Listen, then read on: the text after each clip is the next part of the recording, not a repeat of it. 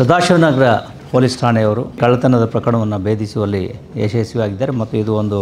ಅಂತಾರಾಜ್ಯ ಕಾರ್ಯಾಚರಣೆ ಆಗಿದ್ದು, ಅವರು ಜುಲೈ ತಿಂಗಳಲ್ಲಿ ಕೆಲಸ ನಿಮಿತ್ತ ಊಟಿಗೆ ಹೋಗಿರ್ತಕ್ಕಂತಹ ಸಂದರ್ಭದಲ್ಲಿ ಮನೆಯ ಮಾಲೀಕರು ಇಲ್ಲದೇ ಇರೋದನ್ನು ಗಮನಿಸಿ ಅಲ್ಲಿರ್ತಕ್ಕಂಥ ಕೆಲಸದವನು ತನ್ನ ಇಬ್ಬರು ಇತರ ಸಹಚರರನ್ನು ಕರೆಸಿ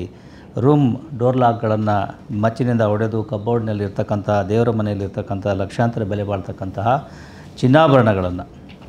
ಅದರಲ್ಲಿ ಮುಖ್ಯವಾಗಿ ಬೆಳ್ಳಿಯ ಪದಾರ್ಥಗಳು, ದೇವರ ವಿಗ್ರಹಗಳು, ಈ ರೀತಿ ಪೂಜೆ ಸಾಮಗ್ರಿಗಳನ್ನು ಅಲ್ಲಿಂದ ಕಳ್ಳತನ ಮಾಡಿಕೊಂಡು ಹೋಗಿರ್ತಾರೆ. ಪ್ರಕರಣದ ಒಂದು ತನಿಖೆಯನ್ನು ಮುಂದುವರಿಸಿದ ಪೊಲೀಸ್ನವರು CCTV ದೃಶ್ಯಾವಳಿಗಳು ಮತ್ತು ಇತರ ಆಧಾರದ ಮೇಲೆ ಬಿಹಾರ ರಾಜ್ಯಕ್ಕೆ ಹೋಗಿ ಅಲ್ಲಿ ದರ್ಭಂಗ ನಗರದಲ್ಲಿ 3 ವ್ಯಕ್ತಿಗಳನ್ನು ವಶಕ್ಕೆ ಪಡೆದುಕೊಂಡು ಅವರಿಂದ ಮತ್ತು ನಂತರದಲ್ಲಿ ಇಲ್ಲಿ ತಂದು ಅವರನ್ನು ಪೊಲೀಸ್ ಕಸ್ಟಡಿಗೆ ಪಡೆದುಕೊಂಡು ಈ